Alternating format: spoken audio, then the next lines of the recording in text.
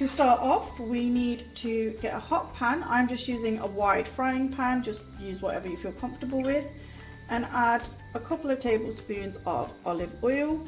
Once the oil is hot, then what you do is you need to add your sliced garlic. I've just got one large clove of garlic that's been thinly sliced. Keep your heat on a medium low. I'm then going to add 2 medium sliced green chilies. This is optional. Again, you don't have to add this if you don't like spice, just leave it out. Let these just fry lightly in the oil. So as you can see, the garlic is starting to colour a little bit now. And the chilies have started to change colour as well. So at this point, I'm going to add the spring onions, and I've got about 50 grams of sliced spring onions here. So let's just add all those in. And again, just move them around in the oil, let them soften a bit.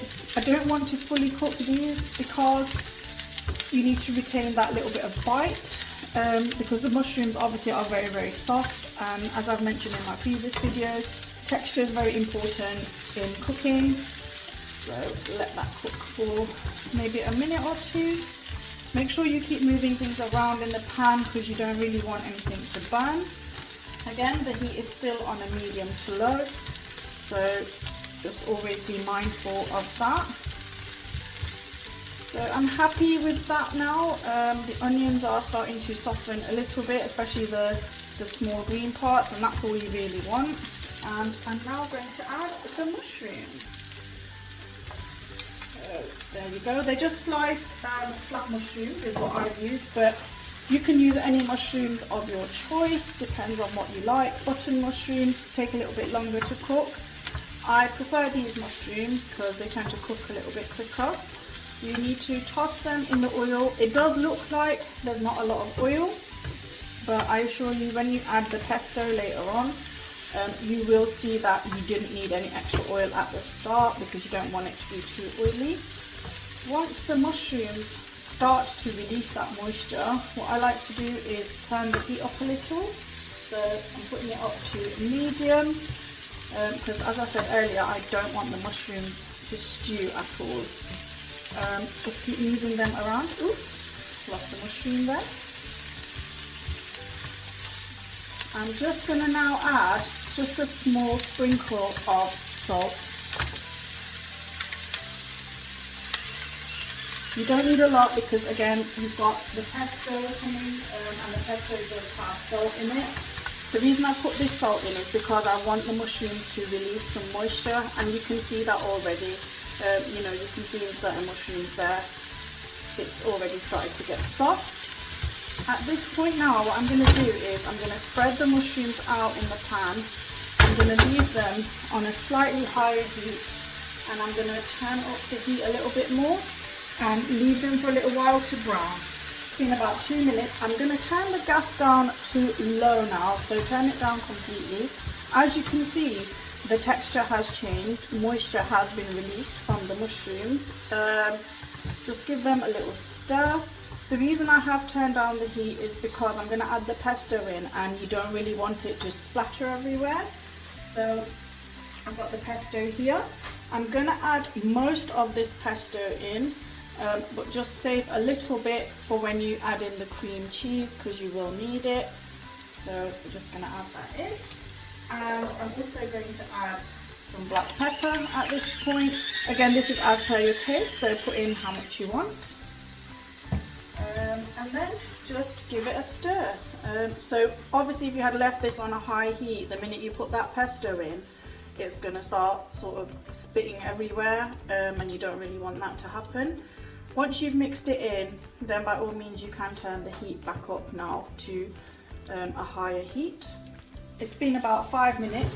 What you will notice as well is that as it starts to heat up, the pesto also releases some oil, which you can see. At this point, if you need to, just check for salt. I haven't done that because obviously I made this previously, so I know that the pesto can be quite salty. So I'm gonna keep the heat on low, and I'm now gonna add the cream cheese. What I have done is added some water to loosen it, because it's very hard to mix it otherwise in the sauce. So just loosen it so it's like the consistency of yogurt, and just add this in. It does look like a lot, but it does thicken as it cooks, and because you're going to put it on toast, you do kind of need a bit of a creamy texture. So just make sure you add it all in. You can use any type of cream cheese that you like. You can get flavoured cream cheeses, so you know there is a garlic and herb one you can use. I know you can get chili ones as well, so if that's what you prefer. Now turn the heat up to sort of medium, and just give everything a mix. So I'm gonna just leave that for a little while just to do its thing, probably about a minute or so. Turn it to medium low. As you can see, it's been about a minute and it is bubbling now, and hopefully you can see that it has thickened as well. At this point is where I add the remainder of the pesto, just because it just gives a nice sort of fresh taste of the basil at the end. It also means that because the cream cheese is quite plain, adding the pesto means that you don't need to add any extra salt. You can still see there's some areas where the cream cheese is still white, which means it's still not completely incorporated and it's not completely cooked, but you can see that it's starting to thicken. I'm going to add just a small sprinkling of parsley, and it's just, you know, you can add fresh if you want to, but I happen to have dried parsley to hand, so I'm just going to add a little bit of that in, again just for a bit of freshness, and give it a mix. I'm going to turn it down to low again because I don't want it to spit everywhere, and as it thickens, that's what you will find, that it does try to kind of go everywhere.